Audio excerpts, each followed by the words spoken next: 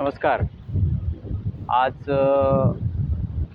मगाशी आता पूर्वीच्याच व्हिडिओमध्ये मी सांगितल्याप्रमाणे मी अजून वेंगुर्ला बंदर इथे आहे. म्हणजे तिथे वेंगुर्लाचं दीपगृह आहे, त्या किनारपट्टीच्या भागात उभा आहे. संध्याकाळचे 6:30 वाजलेत. आज तारीख आहे 5 जानेवारी 2024. सूर्यास्ताची वेळ झाली आहे. थोडं धुसर वातावरण असल्यामुळे तुम्हाला सूर्यास्त क्लिअर दिसत नाही आहे. आणि आपला जो मोबाईल आहे तो एकदम साधा आहे.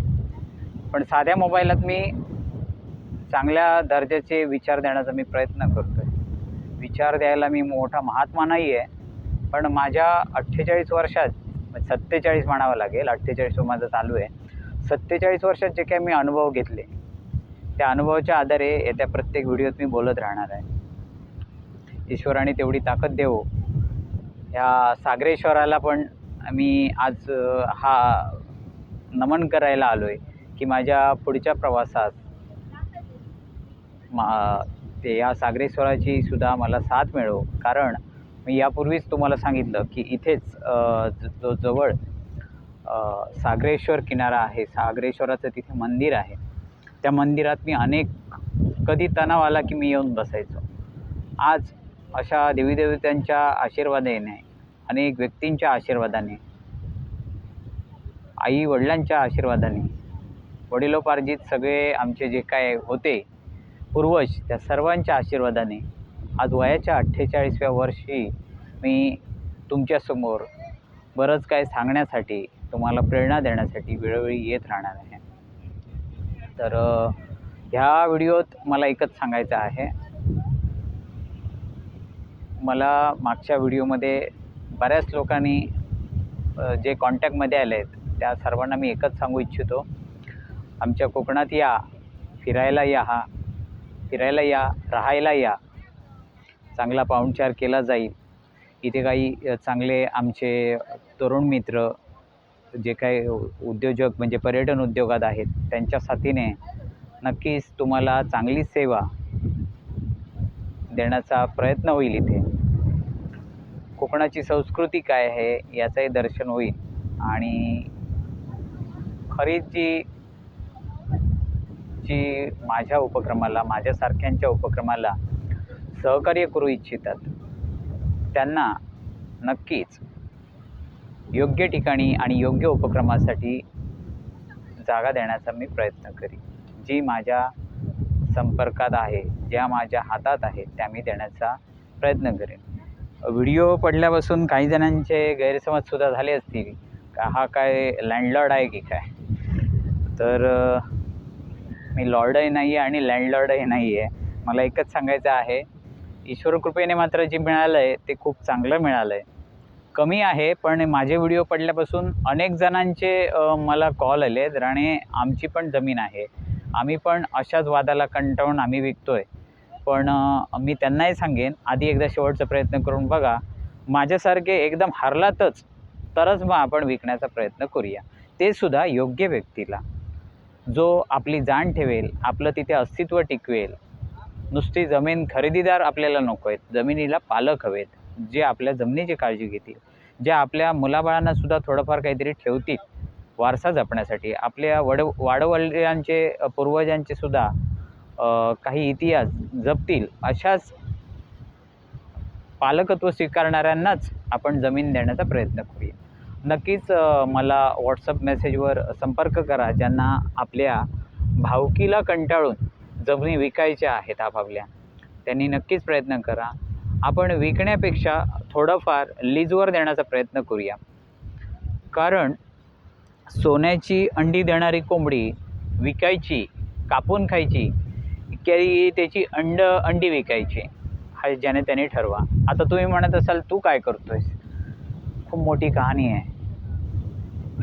आज नको, निसर्गाचा आस्वाद घ्या.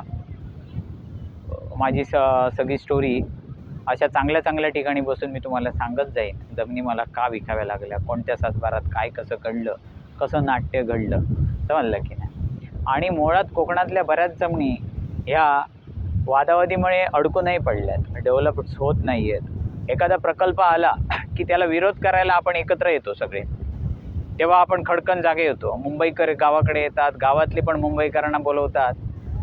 पण स्वतःचं एकत्र येऊन जर प्रकल्प करायचा असेल तर मुंबईकरांना गावातले बोलवत नाहीत. आणि काय आता मी बोलत नाही त्या विषयावर, पण मुंबईवाले आणि गाववाले जर एकत्र झाले तर भले भले प्रोजेक्ट्स इथे उभे राहू शकतात. कोकणी माणूस एकत्र येऊन स्वतःचा कोकणातला इतिहास घडवणारा प्रकल्प करू शकतो. एका सातबारातले 7 भाऊ, 10 भाऊ, 20 भाऊ, 25 भाऊ, 30 भाऊ, भविष्यात ते असं नसणार म्हणा, पण जे जुन्या काही जमिनी आहेत त्याबद्दल मी बोलतोय.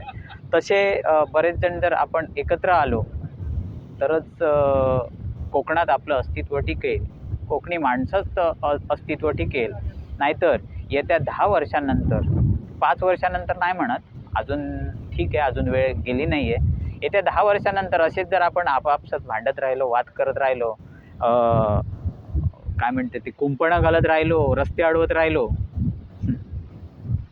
तर एक दिवस कोकणात बाहेरचीच लोक येऊन एक आपलं संग्रहालय तयार करतील. म्हणजे कसं माहिती आहे, संग्रहालय म्हणता येईल की त्याला काय म्हणता येईल, मला वाटतं तिथे आपल्यासारख्यांचे स्टॅच्यू उभे असतील.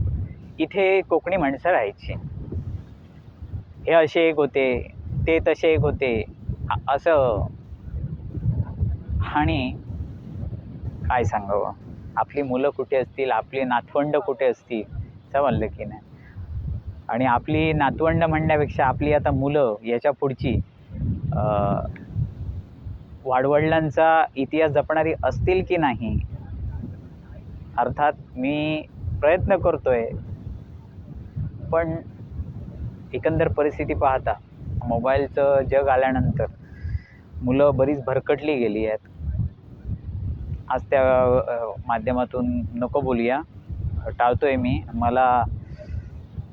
मला फक्त एकच सांगायचं आहे. मी असं ठरवलं आहे, बरेच जण आता विचारत असतील पुढे आता काय, संसारी जीवनाचा त्याग म्हणजे पुढे काय. तर मी एकच सांगतोय की समाज जीवनासाठी पूर्णपणे मी वाहून घेतोय.